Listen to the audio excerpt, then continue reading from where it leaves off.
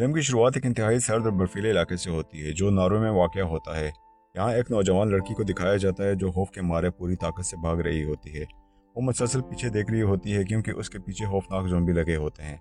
वो लड़की अपनी जान बचाने की बहुत कोशिश करती है, बर्फ़ में फिसलती है, गिरती है, उड़ती है, लेकिन आखिरकार ज़ॉम्बी उसे पकड़ लेते हैं और उसे बड़ी बेरहमी से मार देते हैं। यहीं से हमें अंदाज़ा हो जाता है कि ये फिल्म एक खतरनाक हॉरर ज़ॉम्बी कहानी होने वाली है। अब सीन बदलता है, हमें एक गाड़ी में कुछ नौजवान दोस्त नजर आते हैं जो आपस में बहुत अच्छे दोस्त होते हैं। ये सब एक म्यूजिक फेस्टिवल में जाने का प्लान बना रहे होते हैं। ये लोग जिस जगह जा रहे होते हैं उसका नाम ऑक्सफोर्ड होता है, जो पहाड़ों के पीछे वाक़या होता है। वेगार्ड नामी लड़का अपनी दोस्त सारा के पास जा रहा होता है। वो उसके साथ केवन भी मौजूद होता है। ये सब दोस्त सिर्फ एंजॉय करने, बर्फ़ में खेलने और वक्त गुजारने के लिए वहाँ जा रहे होते हैं। ये लोग जिस रास्ते से जा रहे होते हैं वो बर्फ़ की वजह से बहुत खतरनाक होता है। जब ये लोग ऑक्सफोर्ड पहुंचते हैं तो गाड़ी वहीं पर खड़ी कर देते हैं क्योंकि आगे गाड़ी जाना मुमकिन नहीं होता। इसके बाद वे गार्ड अपनी स्नो बाइक पर आगे जाने लगता है और बाकी दोस्त उनके पीछे चल पड़ते हैं। कुछ देर बाद ये सब एक पुराने लकड़ी के केबिन के पास पहुंच जाते हैं। यहाँ सब लोग खूब बर्फ में खेलते हैं, हंसी मजाक करते हैं और पार्टी शुरू कर देते हैं। रात हो जाती है। इसी दौरान लियो नामी लड़की को महसूस होता है कि बाहर कोई मौजूद है। वो बहुत ज़्यादा डर जाती है और दौड़ कर केबिन के अंदर आ जाती है। अपने दोस्तों को बताती है कि उसने बाहर किसी को देखा है, लेकिन कोई भी उसकी बात पर यकीन नहीं करता। फिर भी सब बाहर जाकर देखते हैं मगर कुछ नज़र नहीं आता। उसी वक्त एक अजनबी आदमी वहाँ पे अंदर आ जाता है और उनसे कॉफ़ी मांगता है, फिर शराब भी पीने लग जाता है और ऐसे बर्ताव करता है जैसे ये जगह उसकी अपनी हो। वो अजनबी आदमी इस जगह की खौफनाक तारीख बयान करता है। दूसरी आलमी जंग के दौरान नाजी फौज ने इस इलाके पर कब्जा कर लिया था। इनका लीडर कर्नल हार्जोग होता है। नाजियों ने मकामी लोगों पर बेइंतहा जुल्म किए थे। जब उन्हें शिकस्त नजर आई तो वो सोना लूटकर यहाँ से भागने वाले थे। मकामी लोगों ने गुस्से में आकर उन सबको मार डाला। सख्त सर्दी में नाजी फौज मर गई मगर उनकी रूहें यहीं पर भटक रही हैं। वो आदमी कहता है कि आज भी यहाँ बुरी ताकतें मौजूद हैं और मैं नहीं चाहता कि वो जागें। राय नामी लड़का इस आदमी का मजाक उड़ाता है और कहता है कि हम मेडिकल स्टूडेंट हैं, हमें इन बातों पर यकीन नहीं। ये सुनकर वो आदमी राय का गला पकड़ लेता है और साथ वार्निंग देकर वहाँ से चला जाता है और कुछ दूर जाकर वो अपना टेंट लगा लेता है। अचानक उसे आवाज़ें आती हैं। जैसे ही वो बाहर निकलता है उसे एक ज़ॉम्बी उस पर हमला कर देता है। वो भागने की कोशिश करता है मगर एक और ज़ॉम्बी आकर उसका गला काट देता है और उसे बड़ी बेदर्दी से मार डालता है। अगले दिन वेगार्ड को सारा की फिक्र होने लगती है। वो उसे ढूंढने निकलता है और दोस्तों से कहता है कि अगर मैं कल तक वापस ना आया तो वो मदद लेने चले जाए। वेगार्ड उस आदमी के टेंट तक पहुंच जाता है और देखता है कि उसे बुरी तरह कत्ल किया जा चुका है। उसे खून आलूद कदमों के निशान नजर आते हैं। वो इन निशानात का पीछा करते हुए एक गड्ढे में जाकर गिर जाता है और वहीं पर बेहोश हो जाता है। दूसरी तरफ केबिन में मौजूद दोस्तों को एक बॉक्स मिलता है। जब वो उसे खोलते हैं तो उसके अंदर सोना भरा होता है। उन्हें याद आता है कि ये वही नाजी सोना है जिसका जिक्र उस अजनबी आदमी ने किया था। इसी दौरान एक लड़की बाहर चली जाती है मगर वापस नहीं आती। उस पर ज़ॉम्बी हमला कर देता है और वो चीखती रह जाती है मगर कमरे के अंदर म्यूजिक की वजह से आवाज़ अंदर नहीं जाती। अब ज़ॉम्बीज एक एक करके इन पर हमला करना शुरू कर देते हैं। ये नाजी ज़ॉम्बीज होते हैं।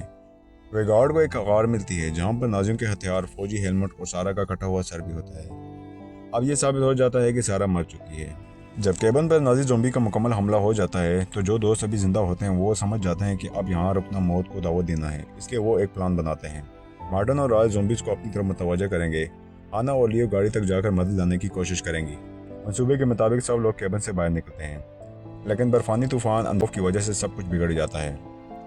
दौड़ते हुए हाना और लियो रास्ता भटक जाती हैं। इसी दौरान अचानक नाजी ज़ॉम्बी उन पर हमला कर देते हैं। एक ज़ॉम्बी लियो के पीछे पड़ जाता है। वो लियो को पकड़ लेता है और बड़ी बेरहमी से उसकी जख्मी कर देता है। लियो जान जाती है कि वो बचने का उसके पास कोई रास्ता नहीं है। वो आहार में हिम्मत करके खुद को उसके आस मौजूद तमाम ज़ॉम्बीज़ को धमाके के साथ उड़ा देती है। लियो की ये कुर्बानी कई ज़ॉम्बीज़ को ख़त्म कर देती है लेकिन लियो खुद भी इसमें मारी जाती है। इस धमाके के बाद पहली बार हम नाजी ज़ॉम्बीज़ के लीडर कर्नल हार्जोग को वाज़ेह तौर पर देखते हैं। वो आम ज़ॉम्बी से ज़्यादा ताकतवर, होशियार और खौफनाक होता है। यहाँ वाज़ेह हो जाता है कि ये सब ज़ॉम्बीज़ कर्नल हार्जोग के हुक्म पर काम कर रहे होते हैं। हाना अकेली रह जाती है। वो एक पहाड़ की चोटी पर पहुंच जाती है और मदद के लिए इधर उधर देखती है मगर चारों तरफ सिर्फ बर्फ़ और अंधेरा और मौत नज़र आती है। इसी दौरान एक ज़ॉम्बी उसके पीछे आ जाता है। हाना फ़ौरन एक खतरनाक फैसला करती है। वो अपने पाँव से बर्फ़ को ज़ोर ज़ोर से मारती है और बर्फ़ टूट जाती है। ज़ॉम्बी नीचे गहरी खाई में जा गिरता है।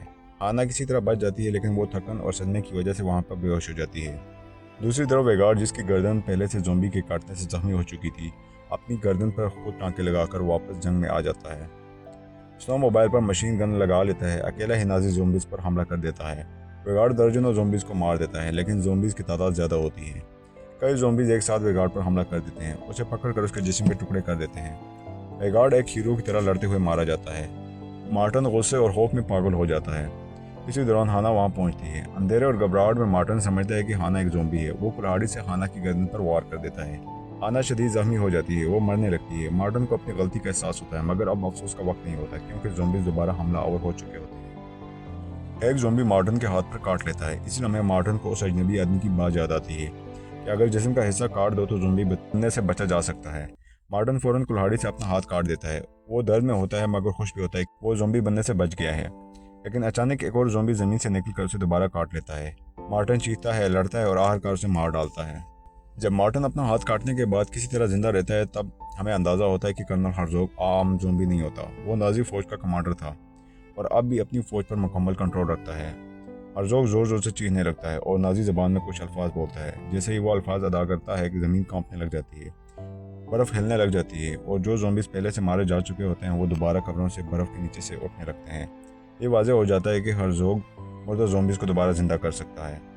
ये मंजर देखकर मार्टिन और राय पूरी तरह घबरा जाते हैं। वो समझ जाते हैं कि हर्जोग को मारना आसान नहीं और यहाँ रुकना यकीनी मौत है। वो अपनी जान बचाने के लिए वहाँ से भागने लगते हैं। भागते हुए राय का पाँव एक झाड़ी में फंस जाता है। इसी लम्हे हर्जोग एक भारी हथौड़ा उठाकर उस पर हमला करता है। हथौड़ा राय के सर पर लगता है और वो नीचे गिर जाता है। इसी दौरान एक नुकीली शाह उसके पेट में घुस जाती है।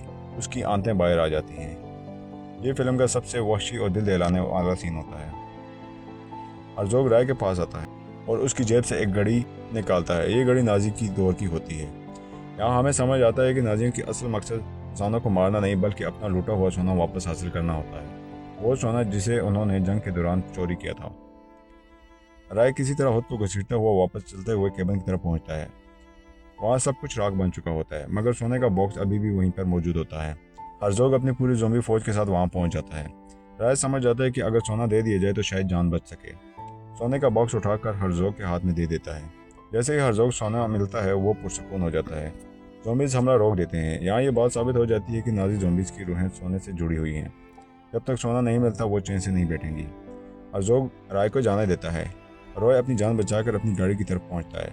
गाड़ी का दरवाज़ा खोलकर अंदर बैठ जाता है। वो कांपते हाथों से गाड़ी स्टार्ट कर देता है। जैसे ही रॉय गाड़ी स्टार्ट करता है उसकी जेब से एक सिक्का नीचे गिर जाता है। हाना ने पहले चुपके से उसकी जेब में ये सिक्का डाला था। इसी लम्हे कर्नल हर्जोग अचानक उसके सामने आकर खड़ा हो जाता है। गाड़ी का शीशे तोड़ने लग जाता है और राह चीखने लग जाता है। फिल्म यहाँ अचानक ख़त्म हो जाती है। कोई वाज़ेह नहीं बताया जाता कि रॉय ज़िंदा बचता है या नहीं।